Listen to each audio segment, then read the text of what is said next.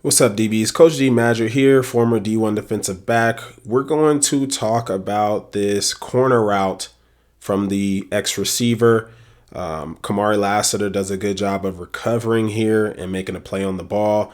You're going to see this route a lot more, and we're going to talk about how we can play it, how to predict it, and different ways to play it based on our coverage. Cover 0, cover 4, cover 1, cover 3, cover 2. So let's get into it. Make sure you go grab that DB Mastery program. Over 100 press man drills, slot man, off man, speed and agility. I guarantee you it will make you elite. It's just $50, guys. It's less than a session, less than it costs for a session of DB training at your local, with your local DB trainer. Okay, so the one thing that both of these routes have in common is the split. Okay, so a lot of times if you want to run this corner route, this is why you got to watch film. If you see this, because it's going to be rare that you see this in a game without seeing it in film first. If you're watching film, they're going to show it at some point. Okay, so their field is a little differently. Usually you get this from the X receiver, so the boundary side.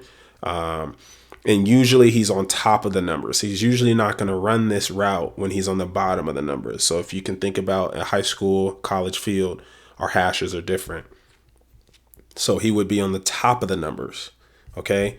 So one thing, but both of these guys are running it from a tight split. So from this tight split, you're most likely to get shallows and over routes. Okay. So he's going over right now or under right now, or he's going to run, kind of vertical, or, run a little rounded route here, inside release. And he's going to try to get over like a level 2 type of route. So you got to know what to expect based on his split, okay?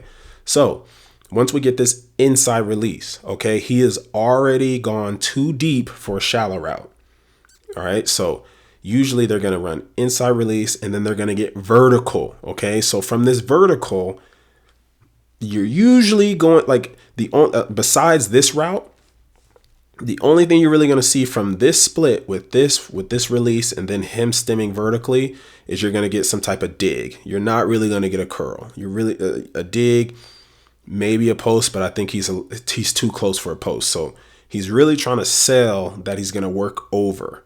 Okay.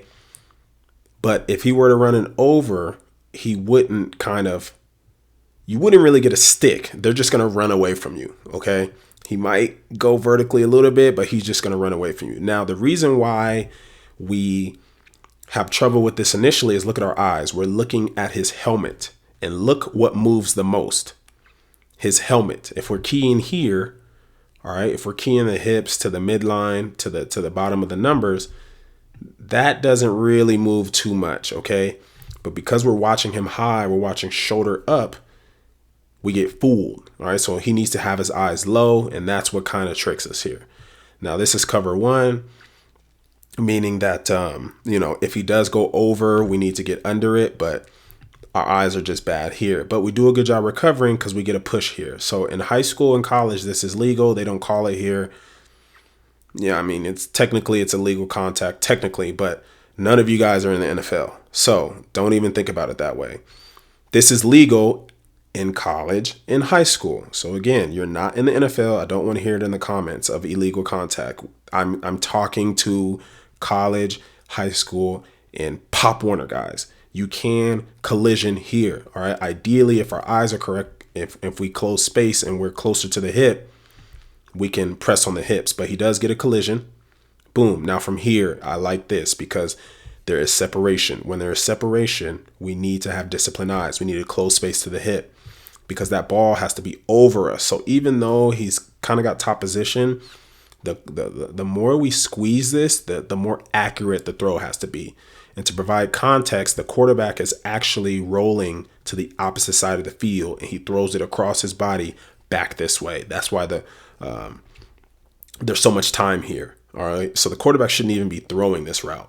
But out of phase 101, when we're not connected to the hip, close space with good eyes, close space with good eyes. Don't look back for the ball. Close space, close space, close space, close space, close space. Now when we get to the hip, we can get our eyes back. And now we can dominate position. And now we can start to widen him away from that ball. And now we can high point this. Okay. So again, we get ourselves in a jam because of our eyes are high. They should be low on the hips or the midline. Boom, the head lies, but we do a good job of collisioning. Close space, close space, close space, close space. And then once you get to the hip, get your eyes back to prevent a PI. And then we can start to widen him with our body while tracking the ball and high pointing. Good job, Kamari Lassiter. And like I said, this is why you watch film, because Justin Jefferson runs this route a lot. I wish I had a clip of it, but literally go to Justin Jefferson highlights and I guarantee you see 2 of these routes, okay? You see 2 of these routes. And this is why you have to watch film. So just like the other clip, we have a tight split. He's either going to run a shallow, he's going over right now, or he's going to run a over route, okay? Which Justin Jefferson runs a lot too. Same thing. They're going to they basically run these routes identical. We get an inside stem, then he gets vertical. So right now this could look like a dig. Usually if it's an over route, okay, he wouldn't stem vertically like this. He would kind of still be working at this angle and then just stick and run away from you. The fact that he gets vertical should alert you that this is potentially coming. Okay, so he either has a safety,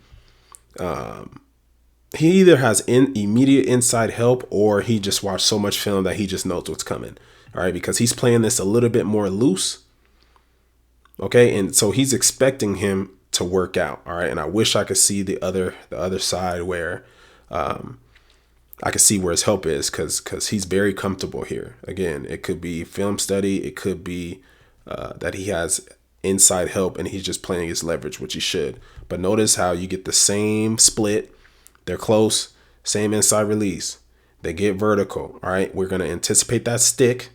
Okay, anticipate that stick. We're going to basically run the route for him. And now we're going to get chest to chest and play and get our eyes back for the ball. Now, a lot of people will want pass interference here. The reason why this isn't pass interference is because, one, we're there first. Okay, so he runs into us, and then we get our eyes back as we're chest to chest. And a good ref's just going to let this, they're both fighting for the ball here. I don't think, we're interfering with them. He's trying to push off. We're just trying to keep him close. All right, but we already got our eyes back. And like I said, we beat him to the spot here. Okay, good no call. Good no call. All right.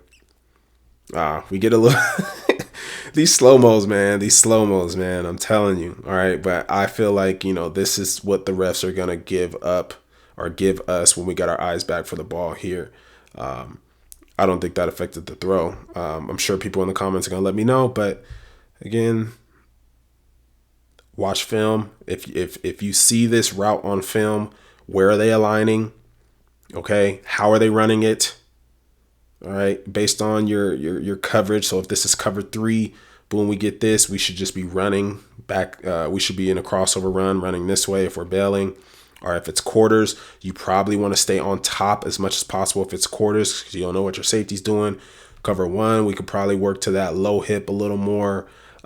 Cover 2, we jam, we root him inside, and we should be sinking. This would be us in cover 2 as well if we have no threat to the flat. So good job by number 4 here.